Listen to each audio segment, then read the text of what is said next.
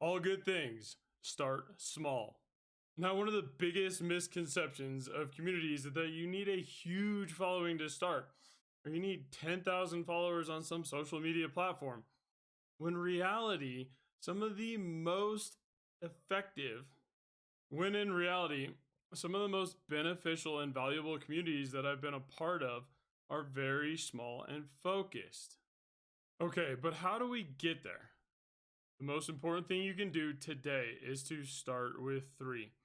Get three people in there that are contributing regularly, that are interested in the same things that you're doing, and are looking to create the same solution to the same problem. Just get those first three members. As your community continues to grow and improve, and that value is provided by either you or your community together, you're going to create 10 true regulars. And as you continue to grow, that is going to translate into 1,000 true fans. Now, that might seem overwhelming and that might seem like it's down the road, but the one thing you should focus on today is how to get three people in your group. Now, cool thing about Skool is to focus on this.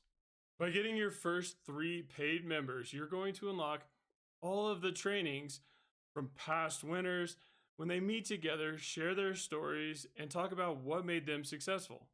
It is truly a platform of collaboration.